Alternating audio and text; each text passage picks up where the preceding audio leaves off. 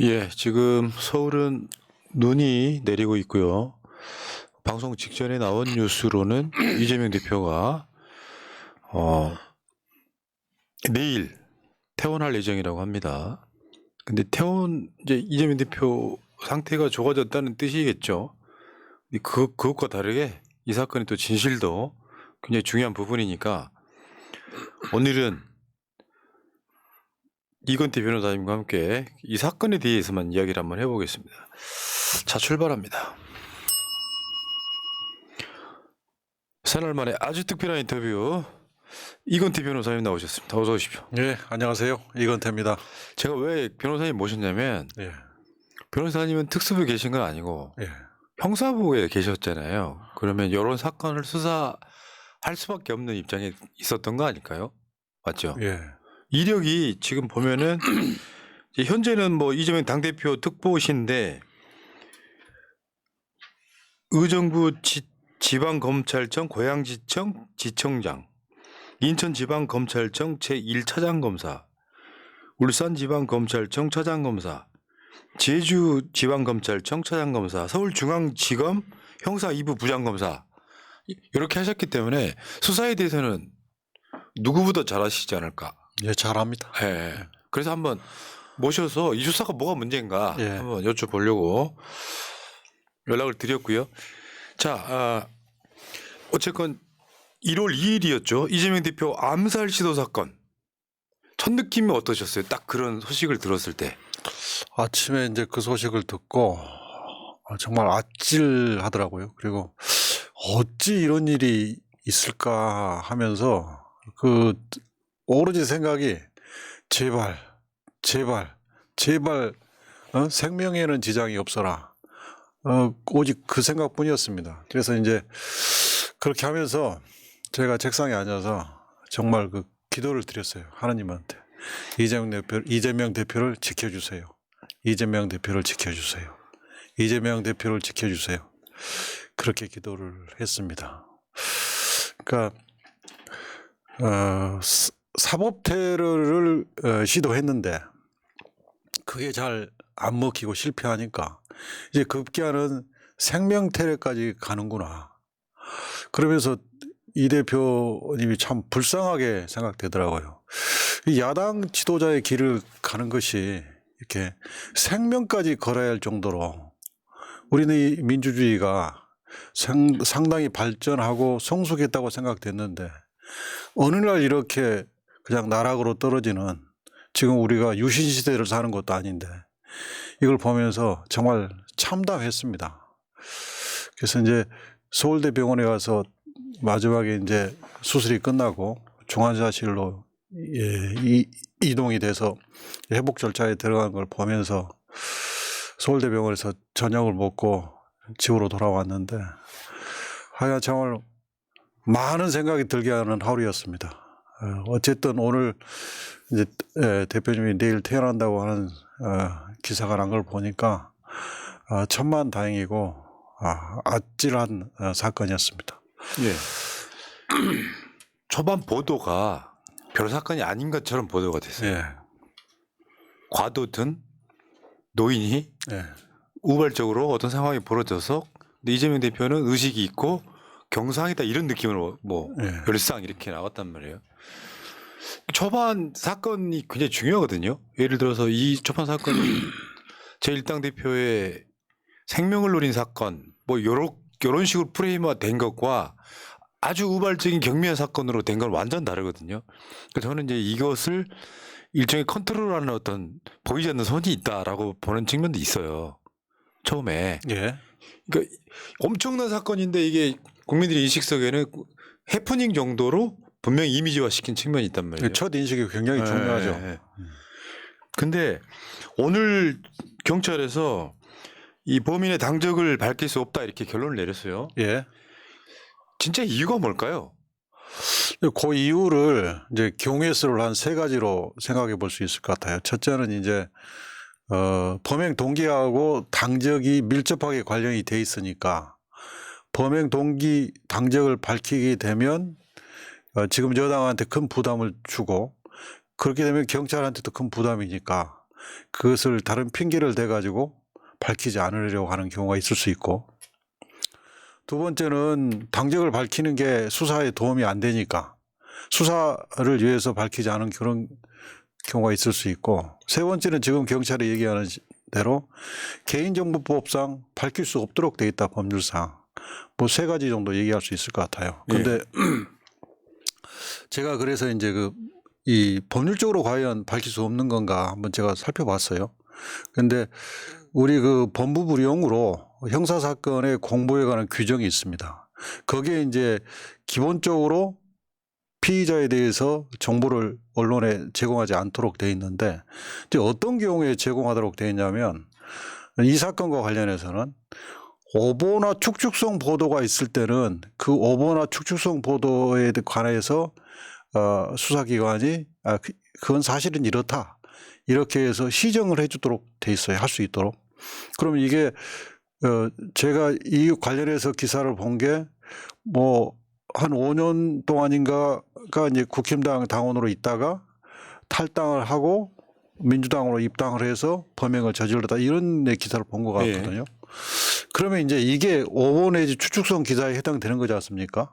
그럼 여기에 대해서 경찰은 형사사건 공보에 관한 규정에 의해서 그 사실은 이렇다 하는 것을 밝혀서 국민들의 의혹과 국민들의 알 권리, 그다음에 혼란, 이걸 정리해 줘야 되는 것이죠. 그리고 또 하나의 케이스가 이제 수사 준칙이라고 있습니다. 예. 검사와 사법경찰 간의 협력에 관한 수사 준칙이라는 게 있는데, 그 수사 준칙에서는 그 중요 사건을 몇 가지로 정하고 있는데, 그 중요 사건 중에 테러가 들어가 있습니다. 그러니까 지금 이 사건이 딱 거기에 해당됩니다. 그런데 그 중요 사건에 관해서는 굉장히 폭넓게 정보를 제공하도록 되어 있습니다. 어느 정도로 폭넓게 제공하냐면, 그 수사 의뢰나 고소 고발이 됐을 때 피고발인 죄명, 고소장이 접수됐다는 사실 일시, 압수수색 대상 기관 일시 장소, 죄명, 출국 금지, 소환 조사 대상자 죄명 일시 장소, 체포 구속, 피의자 제명, 영장에 기재된 범인의 혐의 사실, 구속영장 청구 일시, 발부 여부 그 사유, 체포영장 집행 일시, 구속 적부심 청구 일시 인용 여부, 석방 일시, 기타는 해당 수사 단계에서 국민들에게 알릴 필요가 있는 최소한 범위 내에서 수사 경위 및 수사 상황 등 정보를 제공할 수 있도록 되어 있습니다. 그러면 이 공보 규정에 보면, 이 공보 규정을 기준으로 보면 지금 경찰이 하고 있는 국민에 대한 정보 제공은 너무나 소극적이고 너무나 보수적이고 제한적이라는 겁니다. 그러면 결국은 이게 민감 정보이기 때문에 제공하지 않는다, 이것은 이 공보 규정에 볼 때 안 맞는 거죠. 저는 이건 변명이라고 생각됩니다. 그러면 민간 정보이기 때문에 제공 못한다는 것이 공보 규정에 의해서 안 맞는 말이라면, 결국은 만약에 수사 필요성 때문에 안 알렸다면 그렇게 얘기를 했어야죠. 근데 그렇게 얘기하지 않고 민감 정보이기 때문에 못 알린다, 이렇게 얘기한 걸 보면 수사 필요성 때문에 알리지 못한 것도 아닌 것 같아요. 그러면 다시 이 두 가지 경우에서가 없어지면 첫 번째로 돌아가서 지금 여당에 부담을 주기 때문에, 여당에 부담을 주는 것은 경찰한테 부담이 되기 때문에 알리지 못하고 있는 거 아닌가, 그렇게 합리적으로 추론해 볼 수 있는 거죠. 그러니까 윤석열 정권의 불리한 정보이기 때문에 발표 못한다, 이렇게. 그 경우는 그럼 보도 나온 거에 크게 벗어나지는 않을 것 같아요. 예. 원래는 그쪽 수년간 그쪽 당원이었다가 최근에 이재명 대표의 암살을 목적으로 가입했다, 요거를 공식 발표하기 부담스럽다, 이런 건가요? 대충 그렇게 추정해 볼 수 있지 않을까요? 추론해 볼 수 있죠. 추론해 볼 수 있죠. 그게 명백한 오보라면 오보라고 이 공보 규정에 의해서 바로 잡아줬어야 되죠. 근데 지금 바로 잡아주는 공보 행위를 안 하고 있잖아요. 근데 생각지도 못한 뭔가가 나올 수도 있잖아요. 근데 우리가 생각하는 이 흐름 말고 전혀 다른. 근데 문제는 제가 항상 주장을 하는 건데, 이 사건이 밝히지 못하는 이유는 결국 윤석열 정권에 불리할 수밖에 없는 내용일 것이다라고 추정해 볼 수 있는 거고요. 만약 이렇게 계속 이런 의혹 제기가 됐으면 오늘 경찰이 그거 밝히는 것이 가장 그 수사 준칙에도 맞는 예. 어떤 그런 행위가 아니었을까? 그 오보나 추측성 보도나 중요 사건의 경우에는 국민의 알 권리를 위해서 밝힐 수 있도록 돼 있지 않습니까? 그러면 밝히는 게 맞죠. 지금 이런 계속해서 의혹 제기가 있으면 정리를 해줘야죠. 의혹이 확대되지 않도록. 그게 맞지 않습니까? 근데 그걸 지금 안 하고 있단 말입니다. 이런 가능성은 없을까요? 그러니까 사건을 저지르긴 했어요. 뭐 배우가 있든 공범이 있든 뭐 이런 걸 떠나서 그런데 경찰에 가서 그 사건의 동기를 범행의 동기를 이야기할 때 진짜로 진실을 불었을 가능성. 예. 그러니까 실제로 이재명 대표를 시위하려고 했던 그때 자기 마음가짐과 현실로 경찰에 구속돼서 느끼는 감정이 달라서 이 사람이 하는 이야기를 경찰이 차마 밝힐 수 없는 예를 들면 공범을 불었다든가 배우를 불었다든가 그런 상황은 없겠습니까? 그럴 수도 있죠. 네. 그럴 수도 있고. 그래서 이제 경찰이 기사를 보니까 7차례 정도 좀 조사를 했다고 돼 있더라고요. 그래서 이 사건은 역사적으로 매우 중요한 사건이잖아요. 그리고 경찰이 공정하게 수사했는지도 또 적극적으로 수사했는지도 나중에 평가가 될 수밖에 없는 사건이고 그렇기 때문에 이 피의자의 진술 내용은 저는 전부 영상 녹화해야 된다고 생각합니다. 그래서 우리 민주당 대책위원회가 지금 만들어졌고 어저께부터인가 지금 가동됐잖아요. 그러면 대책위원회에서 모든 걸 영상 녹화하라 그렇게 요구도 하고 또 그런 수사 요구문도 보내고 그럴 필요가 있다고 생각합니다. 예. 근데 지금 느낌은 그런 거예요. 경찰이 사건을 축소하려고 한다. 예. 이런 거거든요. 예. 근데 이게 뭐 이런 거 있잖아요. 정상적인 정권이면 뭐 설마 그럴 리 있겠어? 이렇게 얘기하는데 아까 말씀하신 것처럼 사법적으로 이재명 대표를 제거하려고 했던 네. 그 세력이 분명히 존재하기 때문에 실제로는 경찰이 발표하는 것들 중에 상당수는 믿을 수 없는 측면도 있지 않습니까? 네. 왜냐하면 윤석열 정권에 장악된 경찰이고 다 아시다시피 심지어 이 사건의 수사팀장이 또 이태원 참사를 축소 수사했다고 그렇죠. 의혹을 받고 예. 있는 사람이잖아요. 예. 그럼 이 사건에 있어서 윤석열 정권에 불리할 만한 내용은 아예 안 나오겠죠. 그렇죠. 그 관점으로 봐야 되는 예. 측면이 있죠. 있죠. 그러니까 지금 축소 의혹을 받고 있는 게 첫 번째는 이제 테러 종합 상황실 이게 그 국가 테러 대책위원회라는 게 테러 방지법에 의해서 설치가 되도록 되어 있는데요. 국가 테러 대책위원회 위원장이 국무총리입니다. 예. 그러니까 테러 종합 상황실이 아마 총리실 산하에 그래서 설치가 되어 있는 것 같고 이 테러 종합 상황실에서 사건 직후에 문자를 관계기관에 보냈는데 거기에 1cm 열상 경상 그다음에 출혈 날이 적다. 뭐 이런 취지의 내용이 들어있다는 그렇죠. 거지 않습니까? 그러면 이것은 아직 사건이 구체적으로 정리되기 전에 굉장히 급하게 뿌렸단 말이에요. 그래서 아까 초대에 얘기했듯이 사건이 별거 아니다. 이런 인식을 심어주려고 한 것으로 합리적으로 생각할 수밖에 없잖아요. 예. 그다음에 두 번째는 이제 그 사건 현장에 있는 그 다량의 그 출혈이 있었는데 예. 그것을 물청소를 그냥 해버렸단 말이에요.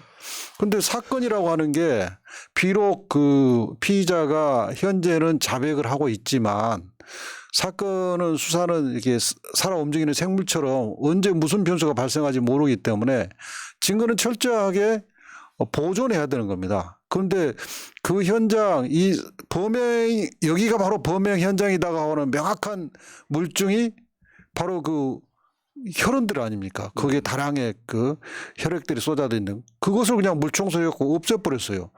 그럼 사실 사건 현장이 어딘지를 지금 가려면 헷갈릴 수도 있는 거죠. 정확한 사건 현장에. 그러니까 저게 지금 화면에 나오고 있는데요. 저 물청소하고 있는 게 경찰이에요. 예. 사건 직후예요. 사건 직후인데 제가 어저께 다른 방송에서 정청래 최고가 당시 현장에 찍어놨던 피를 봤어요. 예. 지금 밝힐 수는 없을 정도로 좀 참혹합니다. 예. 다량의 피를 흘렸단 예. 말이에요. 근데 저거를 지우는 것부터가 보통 이제 경찰이라고 하면 일반 저 청소하시는 분들이라면 그럴 수 있어요. 경찰이 지우고 있다는 것도 뭔가 이제 깨림칙한 느낌이 좀 있단 말이죠. 왜냐하면 이게 피 흘린 장면이 사진으로 분명히 나갈 가능성이 높은 거잖아요. 이 사건을 그렇게 보도 안 되게 축소하려고 하는 의도가 분명히 있어 보이는 거죠. 있어 보이는 거죠. 네. 그러니까 경찰이라면 사건 현장에 피를 지울 때 이건 지워서는 안 되는 거 아니냐는 것은 상식적으로 생각하겠죠. 그 실무자들이 저걸 지울 때 저걸 청소를 할 때 이건 지우면 안 되는 거 아니야? 나중에 책임질 수도 있는 거 아니야? 이런 생각은 당연히 했으리라고 생각해요. 그러면 이런 것들이 다 축소의 의도를 가지고 있었던 거 아니냐라고 의심해 볼 수 있는 맞죠, 거죠. 맞죠. 그리고 또 하나는 이제 경찰에서 바로 초기에 공범을 얻고 단독범인 것 같다는 취지에 또 말을 했잖아요. 근데 지금 그 이른바 변명문이라고 하는 그 문건을 사건이 터지면 우편으로 발송을 해달라라는 부탁을 받은 이른바 방조범으로 의율이 돼서 체포됐다는 사람도 지금 발생이 됐잖아요. 그러면 공범이 지금 한 명이 발견이 되지 않습니까? 예. 또 하나는 그분이 체포된 사람이 누군가한테 지금 범행 성공에 대해 성공 이후에 발송을 하게 되면 수신자는 누구냐 이거예요. 수신자. 수신자는 누군가나 어떤 단체라면 왜 그 수신자한테 그걸 보내야만 했느냐. 그래 그 수신자들은 이 사건과 사전에 어떤 교감이 있었느냐. 이런 것들이 당연히 수사가 돼야죠. 맞죠. 예. 이게 지금 그 정확한 표현은 지금 이 상황에서는 깨림칙해요. 예. 뭔가 이게 단순하게 왜 보통 우리 일상의 일이라는 게 저 사람이 이러이러한 이유로 이런 일을 했구나라고 이게 납득이 되면 사실 수사도 그런 지점에서 하는 거잖아요. 아무리 변명을 해도 이건 말이 안 된다고 생각했을 때 말이 안 되는 지점을 수사라고 하는 행위를 통해 가지고 밝혀내는 거잖아요. 그렇죠. 실제로는 예. 납득이 안 돼서 되게 깨림칙한 거예요. 예. 왜냐하면 이게 전체적인 큰 흐름상 아까 말씀하신 것처럼 이재명 대표를 사법적으로 잡아 놓으려고 했는데 제거가 안 됐어요. 그러면 어떤 사람이 그러니까 솔직히 말씀드리면 누군가의 사주를 받고 또는 누군가 공범을 통해서 이재명 대표를 제거하려고 한 게 아니냐라고 한번 의심해 보는 건 당연한 거잖아요. 당연한 거죠. 네. 당연한 거죠. 근데 지금 분위기는 뭐냐면 이 사람이 하는 말 또는 주위에 다른 사람들이 하는 말을 믿게끔 만들려고 하는 시도들인 거예요. 예. 민주당 당원이었다. 예. 그 사건을 축소하려고 하는 거예요. 당내 문제로 첫 번째 그렇게 나왔고 또 민주당 지지자가 뭐 태워줬다 뭐 이런 식으로 그러니까 거기에 대해서 어떤 사람도 관련자가 말한 거를 그대로 믿게 만드는 어떤 기술이 작동하고 있다는 거예요. 예. 그게 굉장히 깨름칙한 거죠. 그러니까 김구 선생 암살 사건 때도 뭐 그 당시 이승만 정권이 한독당 내부의 일이다. 뭐 이렇게 막 몰아갔거든요. 예. 그런 식으로 정권에 부담이 되는 수사는 방해하거나 축소하려고 하는 그런 유혹을 느낄 수밖에 없겠죠. 그러니까 우리 이제 민주당 입장에서는 이걸 철저히 막고 못하게 계속해서 요구하고 비판하고 그렇게 해야 되는 거죠. 지금 이제 그러니까 이 사건은 철저히 증거를 따라가는 합리적 의심을 확인하는 그런 수사를 아주 폭넓고 아주 소급해서 긴 시간 전부터 해야 됩니다. 그러니까 그러려면 많은 인력이 투입이 돼야지요. 그러니까 지금 1일 날, 2일 날 사건이 터졌는데 1일 날 이 사람의 그 동선이 아산에서 출발해서 아산역에서 부산역으로 가고 부산역에서 봉화로 가고 봉화에서 평산으로 가고 평산에서 울산역 가고 울산에서 다시 부산역 오고 부산역에서 가덕도 가고 가덕소에서 또 어느 모텔로 가고 이렇게 됐다는 거 아닙니까? 예. 그러면 그 동선을 계속해서 추적하고 확인하고 하는 수사를 다 해서 확인해보는 수사를 아주 정밀하게 해야 됩니다. 그러니까 이 범행 동기나 공범 수사도 이 사람이 작년 4월 달에 인터넷을 통해서 이 흉기를 구입했다고 하면 최소한 2023년 4월 전 한 1년 전까지는 소급해서 시점적으로는 그때부터 이 사람의 행적 모든 것을 정밀하게 검토를 해봐야 됩니다. 맞죠. 그래서 이 공범이 있는지 이 사람이 어떻게 해서 범행 동기를 형성하게 됐는지 이걸 다 조사를 해봐야죠. 그러려면 수사할 거리가 엄청 많습니다. 이 사건은. 그러니까 보통 이제 우리가 이런 사건에 있어서 수사 브리핑할 때 모든 가능성을 열어두고 수사하겠다 해야 되는 거예요. 네.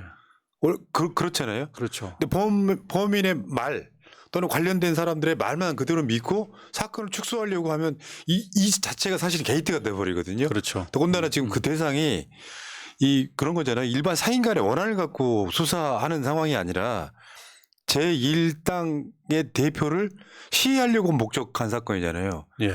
정말 이번에 이재명 대표는 하늘이 구했다고 할 정도로 정말 아슬아슬하게 치명적 급소를 벗어난 거 아니에요. 이거 생각하면은 이 사건은 이대로 그렇게 뭐 경찰이 뭘 밝힐 수 없다 이런 식으로 물러가는 것 자체가 저는 굉장히 국민적 지탄을 받아야 될 어떤 행위라고 생각을 하거든요. 이게 이재명 대표 개인에 대한 살인 미수 사건이 뿐만 아니라 만에 하나 이재명 대표가 비극적인 사건이 발생하면 우리나라 민주주의가 어떻게 됐겠습니까? 그다음에 헌정 중단 사태가 올 수도 있어요. 이 사건으로. 완전히 국론은 완전히 분열돼 버리고 국가적으로 굉장히 불행한 사건이 터질 수가 있었던 거죠. 이게 엄청나게 중요한 사건입니다.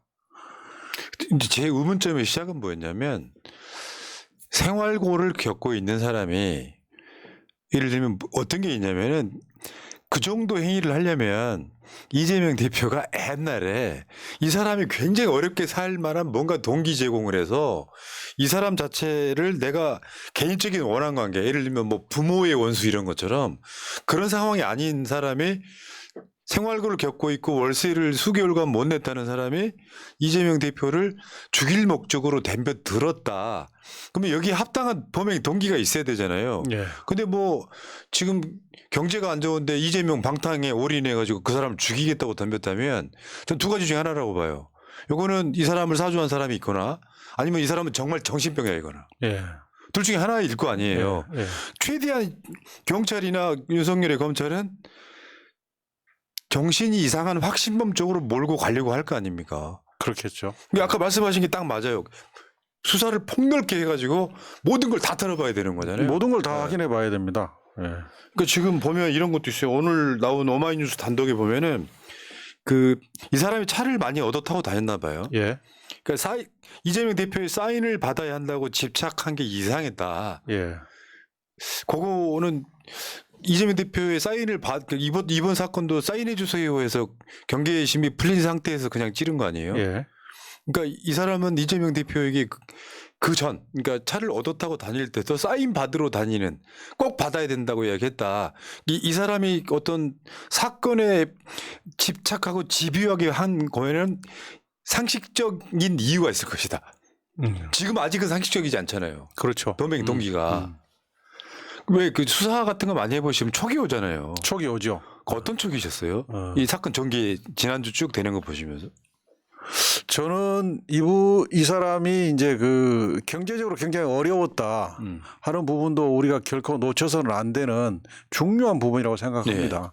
아산에 사는 사람이 부산까지 가서 그것도 한 번도 아니고 계속해서 찾아가서 노리고 하는 것은 그건 꼭 이 사람이 어떤 확신범적인 신념 뭐 이런 것 말고 어떤 경제적 동기가 작동했을 수도 있다. 맞죠. 반드시 확인해 봐야 된다. 어쩌면 가장 중요한 포인트가 그거잖아요. 네. 경제적으로 공공한 사람이 여기 뭐 하나만 개입하면 이 사건의 범행 동기가 이해되는 쪽으로 가줘야 되는 거잖아요. 그럼 중간에 수사하는 경찰은 그 범행 동기의 금전적인 배후 이런 것들이 있는지 없는지 봐야 되잖아요. 근데 오늘 보면 당적도 밝힐 수 없다. 이렇게 가고 있단 말이죠. 그러니까 월세를 못 낼 정도로 경제적으로 공공한 분은 아산에서 부산까지 가서 봉화가고 뭐 이렇게 움직이면서 드는 돈, 교통비, 숙박비 이런 것들이 상당히 크거든요. 이 비용을 본인이 감당하기 어려워요. 오늘 보도에 보면 모범 택시 타고 움직였다는 얘기도 또 나와요. 어떤 그러니까 특정 그런 구간은. 비용까지 감당해 가면서 본인이 뭔가를 했다. 그것은 일단 본인이 그렇게 움직이는데 들은 비용이 해결이 돼야죠. 비용이. 그다음에 자기 생업을 그렇게 포기하면서까지 갈 수 있는 어떤 비용이 해결돼야 되는데 어떤 그 부분도 굉장히 중요한 수사의 포인트라고 생각됩니다. 그리고 이제 오늘 이 방송 시작되기 전에 신상 공개를 안 하기로 네. 결정을 했더라고요. 근데 보통 이제 그 국민의 알 권리 차원에서 신상 공개를 많이 하는데 이 사건은 국민의 알 권리 차원도 있지만 제보를 받기 위해서는 반드시 신상 공개, 얼굴 공개를 해야 됩니다. 이 사람이 아까 말했듯이 2023년 4월경 인터넷을 통해 흉기를 구하기 전 1년 전부터 어떤 행동을 해왔는지, 누구를 만났는지, 어떤 곳을 다녔는지, 어떤 말들을 했는지, 뭐 이런 것들을 알기 위해서는 얼굴을 국민들한테 공개를 하고 이 사람을 언제 어디서 내가 봤는데 이 사람이 누구를 만나더라, 어떤 말들을 하더라, 뭘 하더라, 이런 것들이 이 범행과 관련된 제보를 받아야 되는 거죠. 근데 이 신상 공개를 안 해버리면, 얼굴 공개를 안 해버리면 국민들의 제보가 그렇죠. 차단돼 버립니다. 이거에서 반드시 신상 공개가 필요하거든요. 신상 공개 그 요건을 봤더니 범행 수단이 잔인하고 중대한 피해가 발생한 특정 강력범죄 사건일 것. 이거 딱 해당되거든요. 그다음에 피의자가 그 죄를 범하였다고 믿을 만한 충분한 증거가 있을 것. 딱 해당되지 않습니까? 예. 그다음에 국민의 알 권리, 피의자의 재범 방지 및 범죄 예방 등 오로지 공공의 이익을 위해 필요할 것. 이 세 개 항에 다 해당이 됩니다. 근데 왜 이것을 얼굴 공개를 안 하는지 도대체 이해할 수가 없습니다. 그러니까 이건 진짜 미스테리예요. 이렇게 끝나면 안 되는 사건이에요. 점점점 커지고 어떤 언론의 헤드라인처럼 경찰이 쉬쉬하니까 음모론이 커진다 이런 이야기인데 음모론이란 표현보다는 합리적 의심을 할 수밖에 없게 되는 사건을 줄이려고 하고 있다. 이건 분명히 이 흐름은 분명히 있는 거예요. 그러니까 이 범인이라고 하는 사람이 예를 들어서 뭐 주요 언론들이 가끔씩 새날도 언급하면서 음모론 이야기를 해요. 배우가 있는지 없는지 확실하게 수사하라는 게 음모론이 될 수 있습니까? 그게 상식인 거지. 그러면 이게 어떤 사람이 저는 그런 의구심을 가졌던 거거든요. 생활고가 6, 7개월이어서 월세를 못 냈다면 실제로 이 사람이 생활고에 시달렸을 가능성은 몇 년이거든요. 그렇죠. 그러니까 어렵게 어렵다. 결국 이제 월세 같은 것도 포기하면 뭐 보증금이 있을 것이고 그 보증금을 까는 상태로 갔을 것이고 이 상태가 있었단 말이에요. 그런 사람이 이 범행을 준비해 온 거는 추정해 보건대 거의 한 10개월 이상이 된 것 같아요. 민주당 당원을 가입하고 예. 뭐 그 비슷한 시기에 인터넷에 흉기를 구입하고 하는 예. 과정. 예. 이 과정에서 이자가 그렇게 집요하게 이재명 대표를 쫓아다녀야 될 이유. 그러니까 흉기를 사놓고 바로 범행을 한 게 아니라 일정 시간 동안 망설이는 시간이 있었던 것 같고요. 예. 그러니까 총선을 앞두고 지금 제 추정은 그래요. 네. 그러니까 민주당 내부의 사건으로 사건을 축소시켜야만 민주당 총선이 망하는 각인 거죠. 예. 민주당 내부에 뭐 친명 친낙 갈등 이런 걸로 몰아가면 민주당에서 이재명 대표를 잃어버리면 당원들이 사실상 이번 총선 포기하게 되고 국민의힘이 총선 승리하게 되는 전 그걸 노렸다고 보는 입장이에요. 물론 음모론일 수 있죠. 예. 근데 이렇게 이해를 하는 게 이 사건의 월계를 아는 데 있어서는 더 오히려 납득이 된다. 전 스스로를 그렇게 생각을 하고 있는 것이거든요. 변호사님 생각은 어떠세요? 물론 이제 그런 여러 가지 그 경우의 수를 놓고 우리가 충분히 의심해 볼 수 있는 거죠. 그러니까 초도에 얘기했듯이 이재명 대표를 악마화하고 그 악마를 나는 제거해야겠다고 어떤 사람이 생각을 갖게 되고 거기에 대해서 누군가가 부추기고 뭐 일을 시키고 이럴 가능성도 충분히 있는 거죠. 경제적 지원을 해주고. 지금 그런 모든 가능성이 열려 있는 상태이기 때문에 이 모든 가능성을 확인해 봐야 되는 거죠. 그래서 이게 경찰이 처음 추측한 대로 그냥 단순 단독범인지 아니면 뒤에 어떤 배후가 있는 것인지 이걸 많은 그 사실관계를 확인해서 우리 결론을 내야지 이렇게 그냥 후지부지 수사 의지가 없이 이렇게 가서는 절대 안 되는 네, 사건입니다. 그러니까 이게 사건이 일어날 수 있어요. 예를 들어서 이 사람이 단독 범인일 수도 있고 배우가 있는 범인일 수도 있고 네. 정권과 밀접하게 연결돼 있을 수도 있잖아요. 예, 모든 가능성이 다 그게 있는 모든 거죠. 가능성이라고 예, 하는 예. 건데 그런 상황에서 지금 경찰이 신상 공개 안 하겠다라고 하는 순간 사건의 사실은 그 논란이랄까 의혹은 더 커지는 거예요. 더 커지는 거죠. 근데 이걸 키우는 것 자체, 의혹을 키우는 것 자체가 저는 굉장히 나쁜 의도가 있다고 보는 것이죠. 그러니까 검찰과 경찰이 이런 중요한 사건에서 국민들 입에서 특검이라는 얘기가 안 나오도록 깔끔하게 수사를 해야 돼요. 저 정도면 우리가 믿을 수 있다. 그렇겠네. 이런 얘기가 나오도록 수사를 해줘야 되는데 벌써 당연히 우리는 신상 공개, 얼굴 공개가 될 걸로 예상을 했지 않습니까? 되는 게 맞죠. 국민 알 권리에서도 맞고 추가 제보를 받기 위해서도 맞는데 이상하게 얼굴 공개를 안 한단 말입니다. 난 이 얼굴 공개를 안 한 이유가 뭔지를 모르겠는데 지금 그 특정 강력범죄에 관한 처벌에 관한 특례법에서도 정한 얼굴 공개 요건에 총 4가지인데 거기에 해당되는 3가지가 정확하게 부합하잖아요. 근데 왜 얼굴 공개를 안 한다는 것인지 그냥 피의자의 인권을 위해서다? 그렇게 하기에는 너무 옹색하잖아요. 그러니까 요거 컨트롤하는 쪽에서는 모든 논란을 음모론으로 치부하게 만들고 그리고 이 사건은 축소 은폐시킨 다음에 왜 그 저 안두희가요 감옥에서 1년인가 살다 나왔어요. 예. 지금 만약에 법적으로 이 사건을 제대로 판결을 하면 최소 10년 이상 사건이잖아요. 그렇습니다. 그때 제 기억으로 박근혜 대통령 그 피습했던 사람이 10년 선고 받았던 걸로 저는 기억을 하는데 이 사건은 그거보다 훨씬 더 형이 더 많이 나올 걸로 생각하거든요. 네. 예. 그러니까 보통 10년 이상 뭐 예. 12년, 많게는 15년이 갈 수도 예. 있고 예.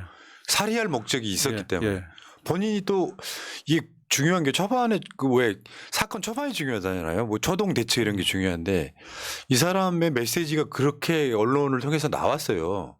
그러니까 내가 죽이려고 했다라는 이야기를 본인이 직접 했단 말이에요. 예. 그러니까 과실이 아니고 죽일 목적으로 덤빈 건 살인죄와 똑같은 거잖아요, 사실은. 그렇죠. 네. 야, 근데 이게 이제 경찰이 대충 이제 사건 은폐 축소해가지고 대충 마무리해서 검찰로 넘어갈 거 아니에요. 예. 여기서부터는 이제 우리 이 검사 출신 변호사님이 조금 더 잘하실 것 같은데. 그러니까 지금 이제 국민들은 경찰 수사에만 관심을 갖는데 사실은 이제 경찰이 구속을 하면 그 신병을 경찰에 가지고 데리고 있는 시간이 딱 열흘입니다. 그러니까 2일 날 이 사람이 현장에서 현행범으로 체포가 됐으니까 2일부터 카운트하면 10일. 11일입니다. 11일. 11일. 11일이 마감일이거든요. 그 11일까지는 사건과 피의자를 경찰은 검찰로 넘겨야 됩니다. 이틀 남았네요. 예. 그러니까 이제 경찰은 이제 사건 정리 차원으로 들어가는 거고요. 사실은 검찰이 본게임인 겁니다. 검찰 수사부터가 이제 본격적으로 수사가 돼야 되는데 그 검찰이 지금 어떻게 하고 있냐면 부산지검에 특별수사팀을 설치를 했는데 그 1차장 검사가 특별수사팀장이고 예. 주임검사가 공공수사부장이 주임검사예요. 그다음에 팀원을 공공수사부하고 강력범죄수사부에서 검사 4명을 차출해서 특별수사팀을 꾸렸다고 기사에는 그렇게 돼 있더라고요. 예. 그러면 이제 주임검사 이 사건의 공소장을 쓸 검사가 지금 공공수사부장인 거예요. 이 사람 이름으로 기소가 되겠죠. 그러면 이제 결국 공공수사부장이 자기 공공수사부 소속 검사들하고 강력범죄수사부 검사에서 총 4명을 지휘해서 이 사건을 수사하는 겁니다. 예. 그런데 그러면 공공수사부장한테 주임검사를 맡겼다는 것은 강력범죄수사부장한테 맡길 수도 있거든요. 이 사건은 이제 2가지 성격이 있잖아요. 정치 테러라는 측면에서는 공공수사부가 맞는 것 같고 그다음에 살인 미수 사건이라는 측면에서 보면 강력범죄수사부가 맞는 것 같잖아요. 예. 이 2가지 측면이 있는 사건이에요. 근데 일단 공공수사부장한테 주임검사를 맡긴 걸 보면 이 정치 테러 사건에 검찰은 주안점을 두고 있는 것 같아요. 예. 아니 근데 이를테면 김건희 특검도 마찬가지로 자신들한테 불리한 수사를 안 하는 검찰이잖아요. 그러니까 이 검찰로 넘어갔을 때는 오히려 왜 그 경찰에도 같은 뭐 팀이나 이런 데 보면 팀원들이 있기 때문에 완전히 덮지는 못할 거예요. 네. 결국 언젠가는 새 나간단 말이죠. 사건의 성격이. 근데 검찰로 넘어가면 축소 은폐될 가능성이 더 높아진 사건 아닙니까? 그러니까 지금 이제 윤석열 정권에서 그 검찰이나 경찰이나 워낙 그 불공정한 수사를 하고 그러니까. 편파적인 수사를 하기 때문에 뭐 과거에 경찰 수사를 못 믿고 그래도 검찰 수사이 더 낫지 않느냐 이런 인식들이 있었는데 지금은 그것도 아닌 것 같아요. 이제 검찰 수사도 정권의 이익에 부합하는 그런 수사를 일관되게 지금 그러니까요. 하고 있지 않습니까? 그래서 이제 검찰이 4명을 배정을 했는데 이 4명 가지고는 저는 턱없이 부족하다고 생각해요. 지금 제가 만약에 이 수사 주인 검사라면 좀 해야 될 게 너무 많아요. 예. 아까 얘기했듯이 일단 동선을 쭉 따라가면서 예. 이 사람의 동선을 따라가면서 다 확인을 해봐야 돼요. 그러니까 수사 인력이 일단 진술을 받는 검사가 한 둘 정도는 최소 둘 정도는 예. 있어야 될 것 같고 이 사람한테 그다음에 이제 상황을 전체적으로 정리해 주는 검사도 한 명 있어야 될 것 같고 그러니까 그 증거나 수사 진척도를 다 취합해서 종합해 가지고 전파하고 또 차장이나 검사장 또 대검에 보고하는 그런 검사가 반드시 기획검사가 수사 기획검사가 필요하거든요. 그리고 이제 아까 말한 동선을 파악하는 사람, 그 다음에 SNS 이렇게 핸드폰을 분석을 하고 또 만약에 핸드폰을 변경했는지도 확인해서 과거 핸드폰도 찾아야 되고 예. 컴퓨터도 분석을 해야 되고 제가 이재명 대표 또 정진상 전 실장에 대한 수사를 하면서 압수수색에 참여를 해보니까 핸드폰을 열어보면요. 지금 검찰이 어디까지 수사를 하냐면 예컨대 텔레그램에서 어떤 단체 방을 운영한다 그러면 그 단체 방에서 들어와서 발언했던 사람들의 발언까지 전부 확인이 돼요. 그러니까 그것까지 다 확인을 하는 겁니다. 누가 무슨 발언을 했는지까지. 아. 예. 그러니까 이 사람이 어떤 정치적 동기에서 범행을 했다면 이 사람이 가입한 그런 텔레그램 방에 들어있는 단체 방이라든지 또는 카톡방이라든지 이런 데 다 확인을 해가지고 범행 동기가 될 만한 것들 또 배우가 될 만한 것들을 다 확인해야 돼요. 근데 그런인데 핸드폰과 SNS 이를 확인하는데도 검사가 저는 최소한 2-3명이 필요할 것 같아요. 그러네요. 그다음에 또 계좌 추적도 해야 될 거 아닙니까? 계좌 추적, 신용카드 이걸 다 확인해 봐야죠. 그러면 본인뿐만 아니라 본인의 가족명으로 돈을 받았을 수도 있잖아요. 그 얘기라면 사실은 현찰로 보내기 좀 부담스럽고 예. 대부분 계좌로 왔을 예. 것 같고 본인이 아니라도 그런 것도 확인하는데 검사가 2-3주 정도 필요할 것 같아요.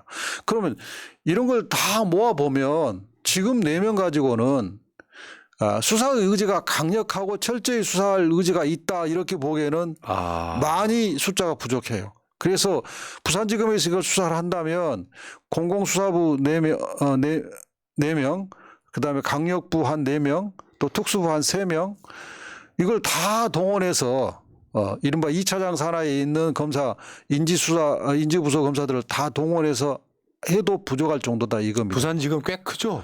부산지검 아주 굉장히 큰 청이죠. 이 어저께요 그 손재한 부산경찰청 수사부장 요거 이제 이 사건 팀장이죠. 이 사람이 뭐라 그랬냐면은 원칙을 지켜달라는 주문이 있어 제한적으로 갈 수밖에 없다. 원칙을 지켜달라는 주문이 있어 제한적으로 갈 수밖에 없다. 이거 주문을 누가 했다는 걸까요? 근데 그 말이 저는 처음 듣는데 무슨 어제 한 말이에요. 원칙을 지켜달라는 주문이 있어 제한적으로 갈 수밖에 없다. 여기서 원칙이 뭔데 저런 말을 하죠? 진상이 명명백백히 드러나는 게 원칙이어야 되잖아요. 그렇죠. 철저히 수사하는 게 원칙이죠. 국민들이 국민들이 의혹을 갖지 않도록 하는 게 원칙이죠.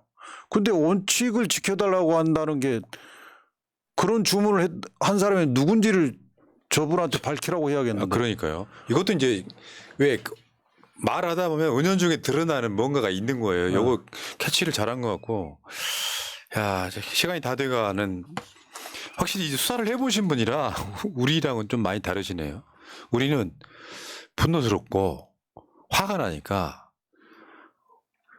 뭐랄까 이게 이 정권이 정상적 정권은 아니라서 진짜 그냥 뭐 그냥 일반인 차원에서 말씀을 드려보면 정말 누군가가 저 위에서 이재명 대표 죽이라고 한 거 아니야? 이 시각이 분명히 있거든요. 예. 근데 그러면 범인이 범행을 할 때는 뭔가 범행 동기가 납득이 돼야 되는데 그게 안 되는 상황에서 지금 벌써 2일 날 사건이 일어났고 벌써 7일 지난 거죠. 정확하게 만 7일이 지났는데 밝혀진 건 사실 하나도 없다 이렇게 말씀드리고요. 지금 또 경왕에 부천 병지역구 출마하시잖아요. 예. 그 이야기 잠깐만 들어볼게요. 저번에 이제 여론조사를 통해 가지고 굉장히 이제 뭐랄까 상승세 타고 있어요. 예. 어떻습니까? 현장에 가면 이 분위기라는 게 체감하실 경우가 되게 많잖아요. 아, 저는 네. 이제 그 상승 분위기를 저도 이제 아침 저녁에 그 전철역에서 주민들한테 인사드리고 또 많이 돌아다니면서 주민들을 만나는데 그런 분위기가 정말 체감적으로 느껴집니다. 그래서 우리 지역은 이제 그 낙후된 이 지역을 좀 재정비하고 발전시켜야 될 요구가 강하고 또 지역 현안도 지금 해결이 안 된 상태로 남아 있는 게 꽤 있어서 좀 새롭고 활력 있는 임무를 요구하는 그런 분위기가 굉장히 강합니다. 그래서 굉장히 고무적으로 열심히 지금 뛰고 있습니다. 네. 한참 선거운동 해야 되는데 이 사건으로 지금 흉흉한 거고 변호사님도 예. 선거운동하면서 이제 불안감 느끼실 수 있겠다 이런 생각이 들어요. 그 지지자들이 이런 이게 저뿐만 아니죠. 모든 정치인들은 이런 극단적인 행동을 하는 사람들이 있는 걸 보면 우리 민주당뿐만 아니라 국힘당도 정치하는 사람이라면 이걸 다 같이 힘을 합쳐서 이런 일이 발생하지 않도록 정말 일벌백계 해가지고 민주주의가 이런 사람들에 의해서 침해되지 않도록 해야 되는 거죠.